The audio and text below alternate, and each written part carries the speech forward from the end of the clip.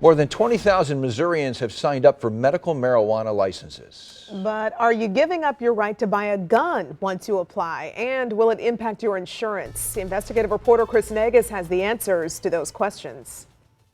If you want a gun, standing in lines like these for a medical marijuana card could have an impact. This is a firearms transaction report. Stephen King at Metro Shooting Supplies explains. The federal paperwork has these specific prohibitions that you cannot violate to get a firearm. And here it is.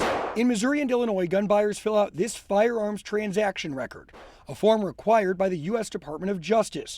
Point E is pretty clear. Warning. The use or possession of marijuana remains unlawful under federal law regardless of whether it has been legalized or decriminalized for medicinal or recreational purposes. If the federal government does not change their stance, then whoever is registered for medical marijuana or recreational marijuana will not be able to buy a firearm. That said, King says it doesn't mean you can't be a gun owner. The state of Missouri says that if you have firearms and you get a medical marijuana card, you don't have to turn your firearms in. You are just prohibited from buying new firearms from a firearms licensed dealer. So what about insurance? A News 4 employee recently attended a cannabis tour where dozens of people were signed up for medical marijuana en masse. Despite never receiving a one-on-one exam. So congratulations everybody, you're legal, go take your medicine. Our producer left with signed paperwork from a doctor listing a debilitating psychiatric disorder.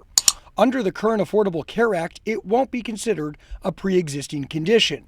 Missouri is one of several states participating in a lawsuit to overturn the ACA. If that happens, it's unknown how it would impact your ability to get insurance. No question, medical marijuana has become political. Should marijuana be legal? Yes.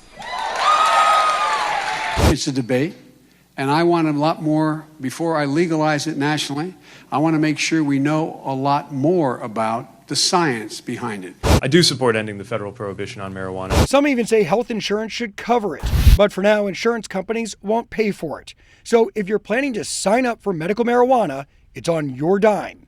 How it will impact future coverage is unknown, and you won't be able to legally buy a gun from a licensed dealer.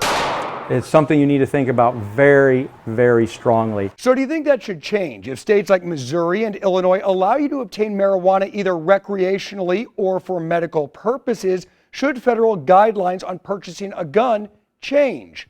Let me know on my KMOV Facebook page. Chris Negus, News 4 Investigates.